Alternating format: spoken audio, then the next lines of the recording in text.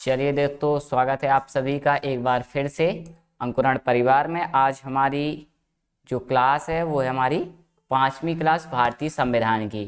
ठीक है, तो यहाँ पे शुरू करते हैं। तो अभी तक की क्लास में अगर हम देखें, बात करें तो पिछली क्लास में हमने क्या पढ़ा था। पिछली क्लास में हमने पढ़ी थी अनुसूचियाँ। जो भारतीय संविधान की 12 अनुसूचियाँ हैं, इन अनुसूचियों के बारे में पढ़ा था। और इससे पहले हमने भाग पढ़े थे। 4th क्लास में क्या पढ़े थे, भारतीय संविधान के जो 22 भाग हैं, इन भागों के बारे में पढ़ा था। जिसमें हमने भाग 1 पढ़ा था, जो वह किससे संबंधित था। भाग 1 संघ एवं उसके राज्य क्षेत्र से संबंधित था। और यह भाग जो है वो अनुच्छेद 1 से लेकर के अनुच्छेद 4 तक माना जाता है। इसके बाद जो भाग 2 था, भाग 2 नागरिकता से संबंधित है कि यदि भारत में कोई नागरिक रहना चाहे तो उसके लिए क्या क्या उसके लिए प्रावधान किए गए हैं। और इनका जो आर्टिकल है वो है अनुच्छेद 5 से लेकर के अनुच्छेद 11 तक ये चीजें बताई गई हैं। इसके बाद 3 में मौलिक अधिकार बताए गए हैं, जो कि अनुच्छेद 12 से लेकर के 35 तक हैं। इसके बाद 4 में नीति निर्देशक तत्व हैं राज्य के, जो अनुच्छेद 36 से लेकर के 51 तक हैं। राज्य के नीति निर्देशक तत्व डीपीएसपी जिसे हम बोलते हैं। इसके बाद 4th है, 4th ए। कौन सा है आपका 4th ए वाला पार्ट है। जो इस वाले पार्ट में आपका क्या बताया गया है, इसमें बताया गया है कि जो भारत के में जो नागरिक रहते हैं उनके मौलिक कर्तव्यों के बारे में बताया गया है। और जिसका आर्टिकल कौन सा है, आर्टिकल 51 ए। तो आज हम इन 4 भागों के बारे में पढ़ने वाले हैं। और यहाँ से लेकर के जो यहाँ पे आर्टिकल आते हैं, इन आर्टिकल के बारे में पढ़ेंगे। मतलब हम आज आर्टिकल 1 से लेकर के आर्टिकल 51 ए तक जितने भी इम्पोर्टेंट, जो पेपर में पूछे जाने की पूर्ण संभावना है, ऐसे आर्टिकल को हम करने वाले हैं। तो चलिए देखते हैं आर्टिकल। यहाँ पे ये चीज हो चुकी है हमारी। क्लास 5 आते हैं। क्लास 5 में यहाँ पे कुछ भाग का नाम दिया गया है। भाग कौन सा है, अनुच्छेद कौन सा है, और अनुच्छेद का विषय मतलब उस अनुच्छेद में लिखा क्या हुआ है, ये सारी चीजें यहाँ पे हैं। ठीक है, तो यहाँ पे एक एक करके इन सभी को हम कंप्लीट करेंगे। चलिए, सबसे पहले आता है भाग 1। भाग 1 अभी हमने बताया था किससे संबंधित है, भारत के राज्य और भारत का जो संघ है, राज्य क्षेत्र, इससे संबंधित है। और इसके अंतर्गत 4 आर्टिकल आ जाते हैं, आर्टिकल 1, आर्टिकल 2, आर्टिकल 3 और आर्टिकल 4। सबसे पहला आर्टिकल जो 1 आता है, ये आर्टिकल 1 क्या कहता है कि इसमें क्या क्या बताया गया है, इसमें संघ का नाम और उसका जो राज्य क्षेत्र है इसके बारे में बताया गया है। क्या बताया गया है, आर्टिकल 1 में बताया गया है संघ का नाम क्या होगा और इसका जो क्षेत्र है, इस क्षेत्र का विवरण इसमें बताया गया है। जैसे वर्तमान में बात करें तो 28 राज्य और 8 केंद्र शासित प्रदेश हैं। तो ये कहाँ पे बताया गया है, आर्टिकल 1 में। इसके बाद आता है आर्टिकल 2। आर्टिकल 2 जो संबंधित है वो किससे, भारत में नए राज्यों का प्रवेश करना है या नए राज्यों की स्थापना करना है, तो उससे संबंधित आर्टिकल 2 है। मतलब जैसे हमें किसी और देश, जैसे हमने कहा पाकिस्तान का कोई एरिया हमें भारत में मिलाना है, तो हम क्या किस आर्टिकल के तहत उसे मिलाएंगे, आर्टिकल 2 के तहत उस जमीन को क्या कर देंगे, भारत में मिलाकर के एक नया राज्य का निर्माण कर देंगे। क्या कर देंगे, आर्टिकल 2 के तहत उसे भारत में प्रवेश कर देंगे और एक नए राज्य की स्थापना करेंगे। अगर हमें भारत में ही जो जमीन भारत की है उसमें नए राज्य का गठन करना है या सीमा या नाम में परिवर्तन करना है, तो वो हम किस आर्टिकल से करेंगे, आर्टिकल 3 का यूज करके करेंगे। आर्टिकल 3 में क्या बताया गया है कि राज्य का निर्माण कैसे होगा, उसकी सीमा और उसके नाम, किसी राज्य की सीमा परिवर्तित करनी है या उसका नाम चेंज करना है, तो वो किस आर्टिकल के तहत किया जाएगा, आर्टिकल 3 के तहत। इसके बाद आर्टिकल 4 जो है, इसमें लिखा हुआ है कि जो भी आप परिवर्तन करेंगे उसे संविधान संशोधन नहीं कहा जाएगा। उसे क्या नहीं माना जाएगा, संविधान संशोधन नहीं माना जाएगा। ठीक है, तो यहाँ पे आपको याद रखना है, परिवर्तन संविधान संशोधन नहीं माना जाएगा। किस आर्टिकल के तहत, आर्टिकल 4 के तहत। चलिए नेक्स्ट आता है, ये हो गया हमारा भाग 1 जिसमें संघ और राज्य क्षेत्र के बारे में बताया गया।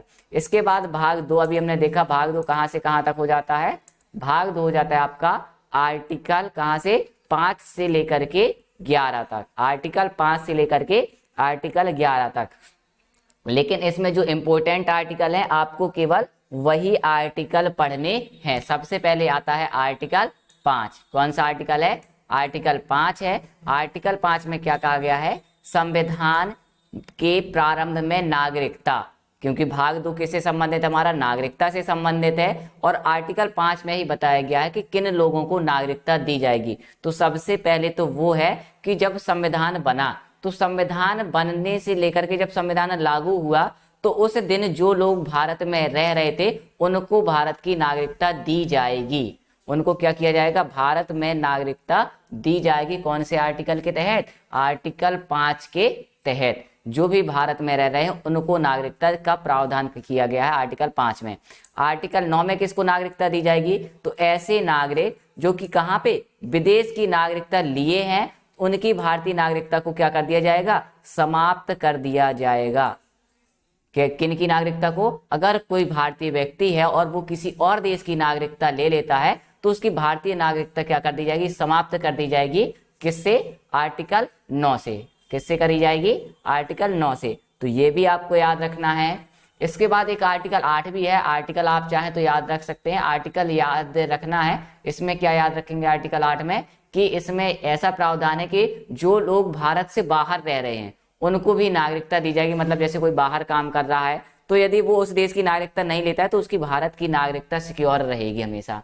इसके बाद आता है आर्टिकल कौन सा, आर्टिकल 11। इसमें क्या बताया गया है, इसमें बताया गया कि संसद द्वारा नागरिकता के लिए कानून का विनियमन। मतलब संसद क्या कर सकती है, नागरिकता पर कानून बना सकती है या कानून में संशोधन कर सकती है। जैसे हाल ही में अभी नागरिकता पर संशोधन हुआ था और नागरिकता पर एक विधेयक भी पास हुआ है। ठीक है, तो वो आप याद रख सकते हैं किस आर्टिकल से हुआ है, आर्टिकल 11 के तहत। इसके बाद नेक्स्ट चलते हैं तो आता है आपका भाग 3। और भाग 3 जो हो जाता है ये काफी बड़ा भाग है, क्योंकि भाग 3 में भारत के जो लोग हैं उनके मौलिक अधिकारों के बारे में बताया गया है। ठीक है, तो आर्टिकल 3 सबसे ज्यादा पूछा जाता है क्योंकि ये मौलिक कर्तव्य, मौलिक अधिकार हमारे फंडामेंटल राइट हैं। तो यहाँ से सबसे ज्यादा क्वेश्चन बनते हैं, तो यहाँ से आपको हर आर्टिकल करना है। ठीक है, सबसे पहले आता है भाग 3। सबसे पहले तो याद रखना किससे संबंधित है, मौलिक अधिकारों से। कहां से कहां तक है ये भाग, तो आर्टिकल 12 से लेकर के आर्टिकल 35 तक। सबसे पहले आ जाता है आर्टिकल 12 आपका। तो आर्टिकल 12 की अगर हम बात करें, आर्टिकल 12 में क्या बताया गया है, आर्टिकल 12 में बताई गई है राज्य की परिभाषा। क्या बताई गई है, राज्य की परिभाषा बताई गई है। फिर आर्टिकल 14 जो हो जाता है सबसे इंपोर्टेंट, आर्टिकल 14 सबसे इंपोर्टेंट है। ये यहाँ के सारे ही इंपोर्टेंट है, ये इतने आपके सभी इंपोर्टेंट है, बहुत अच्छे से करें, बार बार रिपीट होते हैं। आर्टिकल 14 किससे संबंधित है, विधि के समक्ष समानता। मतलब कानून के दायरे में यदि हम हैं तो हम कानून के दायरे में सब क्या हैं, बराबर हैं, इक्वल हैं, समान हैं। ठीक है, इसके बाद आता है आर्टिकल 15। आर्टिकल 15 में कहा गया है कि किसी भी व्यक्ति के लिए धर्म, जाति और लिंग के आधार पर भेदभाव नहीं किया जाएगा। प्रतिषेध का मतलब है भेदभाव नहीं किया जाएगा। ऐसा नहीं है किसी को प्रधानमंत्री बनना है तो उसके लिए जाति का भेदभाव, कि वो पंडित है या वो ठाकुर है या वो अहिरबार है या वो किस इस टाइप का कुछ भी है, तो वहां पे इस तरीके की चीजें नहीं होंगी। ये आर्टिकल 15 में कहा गया है कि धर्म, जाति, लिंग पर भेदभाव नहीं किया जाएगा। रंग भी हो गया, रंग पर भी भेदभाव नहीं कर सकते कि काला है, गोरा है, तो ये भी नहीं होगा। इसके बाद आता है आर्टिकल 16। आर्टिकल 16 में लिखा है लोक नियोजन के अवसर में समान, क्या है, अवसर की समानता। मतलब कोई काम है तो उसमें सभी के लिए समान अवसर रहेंगे। ऐसा नहीं होगा कि कोई उसमें पार्टिसिपेट नहीं कर सके, उसमें सभी लोग पार्टिसिपेट, किसी भी काम में पार्टिसिपेट कर सकते हैं। मतलब अवसर की समानता कौन से आर्टिकल में है, आर्टिकल 16 में। इसके बाद आर्टिकल 17 क्या कहता है, इसमें बताया गया अस्पृश्यता का अंत। मतलब छुआछूत का अंत किया गया किस आर्टिकल के तहत, आर्टिकल 17 में छुआछूत को मनाही की गई है कि आप छुआछूत नहीं कर सकते।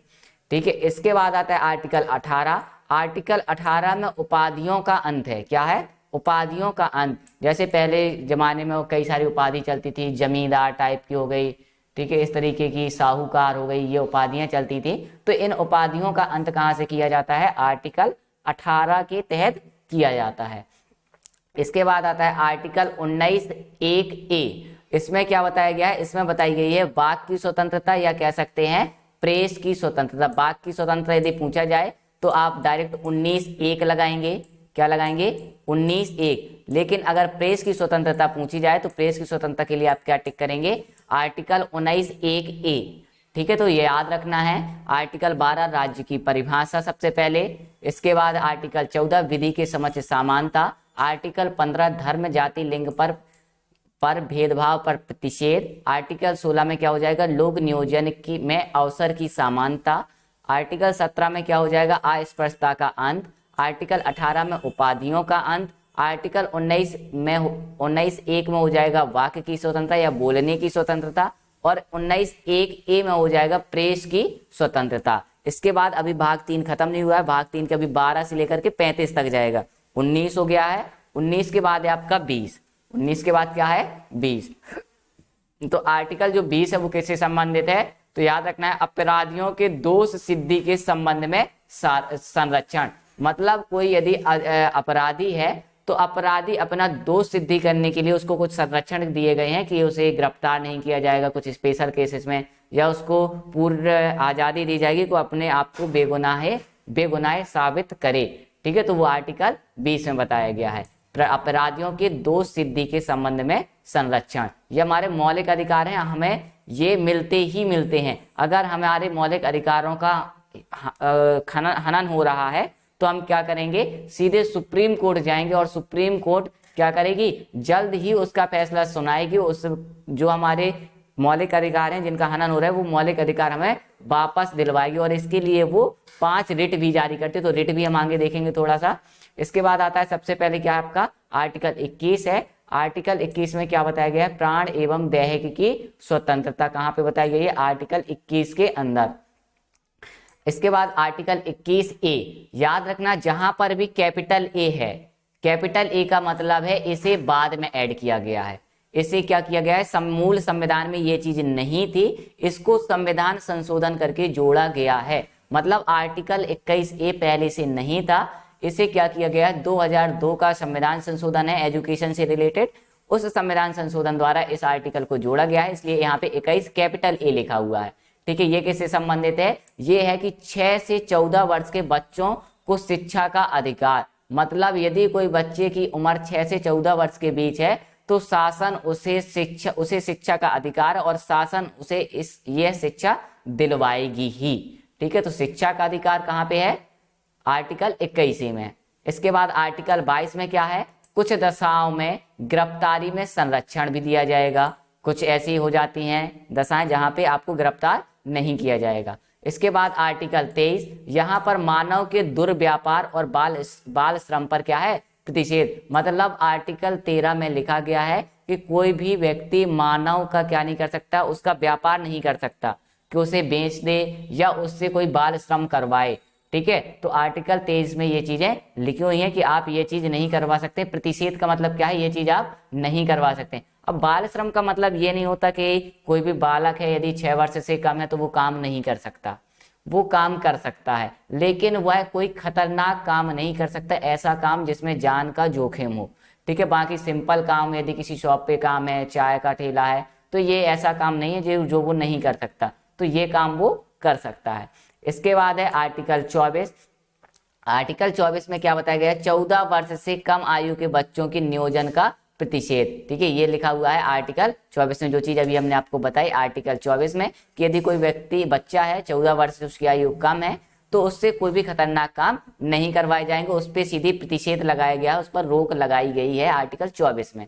इसके बाद आर्टिकल 25 में क्या बताया गया है, धर्म के आचरण और प्रसार की स्वतंत्रता। मतलब भारत में रहने वाला कोई भी व्यक्ति किसी भी धर्म का आचरण कर सकता है और किसी भी धर्म की क्या कर सकता है, उसे प्रचार करने की स्वतंत्रता है। यदि कोई जैनिज्म है, जैन धर्म को मानता है, और अगर वो बौद्ध धर्म को अपनाना चाहता है तो उसे अपना भी सकता है, और उसका प्रचार प्रसार करने की भी स्वतंत्रता उसे दी गई है आर्टिकल 25 के अनुसार। उसके ये स्वतंत्रता, उसके जो ये अधिकार है, मौलिक अधिकार, उससे ये मौलिक अधिकार कोई भी नहीं छीन सकता, उसके माता पिता भी उसकी ये स्वतंत्रता नहीं छीन सकते। कोई भी व्यक्ति यदि चाहे कि वो अपना धर्म परिवर्तन करना चाहे अपनी इच्छा के अनुसार तो वह कर सकता है। कौन से आर्टिकल के तहत, आर्टिकल 25 के तहत। इसके बाद नेक्स्ट चलते हैं, नेक्स्ट है आपका आर्टिकल 29। आर्टिकल 29 में क्या बताया गया है? आर्टिकल 29 में अल्पसंख्यक के वर्ग के हितों का संरक्षण किया गया है। मतलब कुछ ऐसे समुदाय हैं जो अल्पसंख्यक मात्रा में, जैसे जैन धर्म है उसे अल्पसंख्यक में रखा जाता है। इस तरीके से और भी छोटे छोटे धर्म हैं जिनकी संख्या बहुत कम है, इसीलिए उनको क्या बोला जाता है? अल्पसंख्यक। और इनके हितों का संरक्षण किया गया है, मतलब इनको भी क्या दिया गया? थोड़ा सा आरक्षण दिया गया है। ठीक है, किस आर्टिकल में? आर्टिकल 29 के तहत। इसके बाद है आर्टिकल 32। आर्टिकल 32 क्या कहता है? जो भी हमारे मौलिक अधिकार हैं इन सब का यदि हनन होता है, कोई इसका गलत फायदा उठाता है, या कोई मौलिक अधिकार, जैसे हमने कहा हमें धर्म परिवर्तन करना है और कोई यदि धर्म परिवर्तन नहीं करने दे रहा है, तो हम क्या करेंगे? सीधे सुप्रीम कोर्ट जाएंगे और सुप्रीम कोर्ट द्वारा, इसका नाम ही है संवैधानिक उपचार। उपचार का मतलब क्या होता है? आपका कोई हनन हो रहा है तो उसका उपचार कर दिया जाएगा, मतलब उसको ठीक कर दिया जाएगा। और संविधान के सुप्रीम कोर्ट उस पर क्या करेगी? कहेगी कि इनको धर्म परिवर्तन करने दिया जाए यदि इनकी इच्छा है। तो आर्टिकल 32 में क्या है? संवैधानिक उपचारों का अधिकार। तो यहां से आपके जो मौलिक अधिकार हैं यदि उनका हनन हो रहा है तो आप उसे क्या कर सकते हैं? सुप्रीम कोर्ट में केस कर सकते हैं। इसके बाद आता है भाग 5, भाग 4। अगला भाग कौन सा है? अगला है हमारा भाग 4। ठीक है, भाग 4 में क्या बताया गया है? भाग 4 में बताए गए हैं डीपीएसपी, मतलब राज्य के नीति निर्देशक तत्व। मतलब जैसे आपके नीति निर्देशक तत्व हैं, ये किसी राज्य के लिए दिए जाते हैं राज्य के विकास करने के लिए। अब वह राज्य उसे मानता है या नहीं मानता वो अलग बात है, पर जब भी कोई राज्य कोई भी कानून बनाएगा या कोई भी काम करेगा तो उसे इस नीति निर्देशक तत्वों को ध्यान में रखते हुए उस काम को करना होगा। ठीक है, तो यहाँ पे सबसे पहले जो आर्टिकल आता है वो आता है आर्टिकल आपका 36। सबसे पहले आर्टिकल कौन सा है? आर्टिकल 36, जिसमें क्या बताया गया है? राज्य की परिभाषा बताई गई है। यहाँ पे भी आपको याद रखना है आर्टिकल 36 में क्या है? राज्य की परिभाषा। इसके बाद आता है आर्टिकल 39A। आर्टिकल 39A में बोला गया है कि यदि कोई व्यक्ति है तो उसे समान न्याय, न्याय क्या दिया जाएगा? समान न्याय रहेगी। यदि कोई निःशुल्क सहायता दी जा रही है तो उसे निःशुल्क समान सहायता दी जाएगी। ऐसा नहीं होगा एक व्यक्ति को ज्यादा और एक व्यक्ति को कम। और सामान्य कार्य के लिए समान वेतन। यदि कोई व्यक्ति, दो व्यक्ति हैं और एक जैसा काम कर रहे हैं तो उनकी वेतन भी कैसी रहेगी? एक समान ही रहेगी। ये कहाँ पे बताया गया है? आर्टिकल 39A में बताया गया है। समान कार्य के लिए समान वेतन, साथ में समान न्याय और समान निःशुल्क विधिक सहायता। इसके बाद जो भारत में पंचायतों का गठन, जैसे सरपंच आपके गांव में बनते हैं तो वो सरपंच जो बनते हैं तो वो किस आर्टिकल के तहत? आर्टिकल 40 के तहत बनाए जाते हैं। पंचायतों का गठन किया गया तो पंचायतों का गठन किस आर्टिकल से होगा? आर्टिकल 40 के तहत ये चीज की गई है। इसके बाद आता है आर्टिकल 44। जो इंपोर्टेंट है वही आर्टिकल है, यहाँ पे सारे नहीं है। जो आपके पेपर में आ सकते हैं वही है, इससे बाहर आपके आर्टिकल नहीं जाएंगे। आर्टिकल 44 में क्या बताया गया है? समान नागरिक संहिता को डिफाइन किया गया है। इसके बाद आर्टिकल 45 में बोला गया है, राज्यों को कहा गया है कि जो 6 वर्ष से कम आयु के बालक हैं उनकी प्रारंभिक बाल्य अवस्था की देखरेख और शिक्षा का उपबंध राज्य सरकार करेगी। मतलब यदि किसी बच्चे के पास खाने के लिए नहीं है और उसकी आयु 6 वर्ष से कम है तो वो कौन मुहैया कराएगा? उसे राज्य सरकार मुहैया कराएगी। यदि पढ़ाई के लिए पैसा नहीं है तो कौन मुहैया कराएगा? ये चीज राज्य सरकार कराएगी। और इसी के लिए क्या किए जाते हैं? गाँव में या शहरों में सरकारी स्कूल डाले जाते हैं ताकि राज्य द्वारा उन्हें शिक्षा प्रदान की जा सके। ठीक है, तो आर्टिकल 45 में क्या हो जाएगा? 6 वर्ष से कम आयु के बालकों के लिए प्रारंभिक शिक्षा का उपबंध करना।